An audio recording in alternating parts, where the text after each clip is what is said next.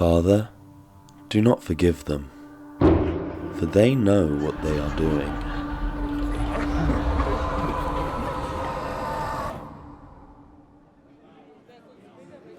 "1,500 years have passed since the day Jesus descended from the cross and took vengeance upon those who had put him there. Once he had done so, once he had wreaked bloody revenge upon Pilate and all who had aided him in Christ's persecution, he instructed his apostles to write new commandments, and to write them in blood."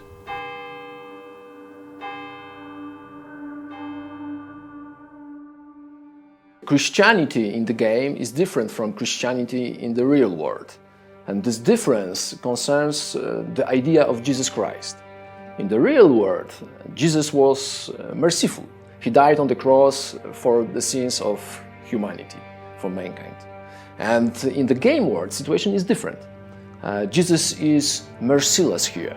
He came down from the cross and killed all his enemies. Jesus was also the head of the church, which is why the church in the game is so powerful. The cross is broken here, and you can see it everywhere in the game world. The prayers are also different. Everything is turned upside down. Mercy is a sin, revenge is a good deed. The church is rich and powerful, and uses religion to maintain the status. The church doesn't care about people.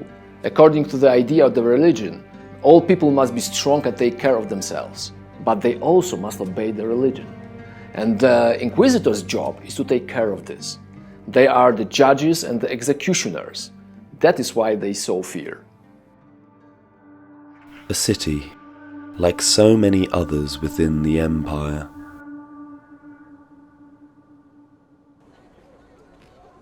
In Königstein, life is cheap and sin is oh so common. Almost all of its citizens are blinded by ignorance or apathy. The peasantry dull their minds with drink, whilst the nobility and the church hierarchs decide the fate of the empire from cathedrals clad in gold. Few think of the virtues of God or Christ until an Inquisitor crosses their path. One of the cooler tidbits about the creative process of our game is that when we were looking for inspiration for the town of Königstein, we decided not to look too far. Our studio is based in Wrocław, where many of us come from, so Königstein is reminiscent of Wrocław in many ways. Both have ancient histories, both have seen turbulent times, and both are situated on a river. This is also where we found inspiration for some of the districts, such as the harbor, the cathedral, and the market square with the town hall. The harbor is my favorite part of the city. It's full of life and it hides some interesting places for the player to find, like the entrance to the underground passage, a bandit's hideout, and a brothel. A place shrouded in darkness, soaked with pain, guilt, and fear.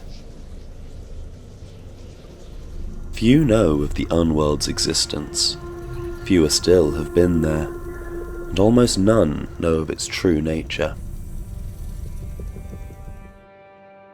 It is a place filled with energy that has no form. It is the primordial, unformed chaos from which everything results, good or bad. A place that is beyond reality, time and space. It contains everything that humanity has ever thought about. It is the base of souls, the unity that brings together everything, all the knowledge of mankind, the source of the creation. This is paradise or hell. Everyone has potential to access it, but not all minds are capable of grasping it. It reflects the general conditions of mankind, in this case, evil. An ordinary mortal has no idea of the existence of the unworld. It goes beyond his reasoning, drives him mad at the mere thought of such a complex construction.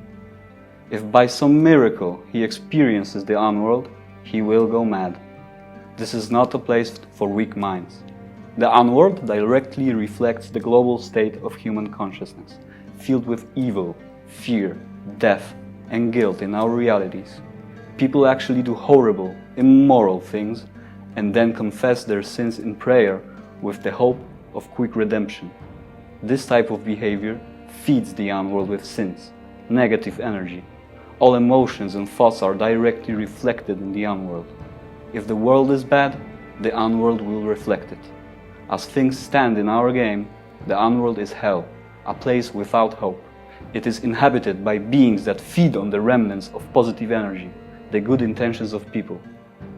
They are the guardians of this place, protecting access to the unworld from minds unprepared for the power and danger of this place.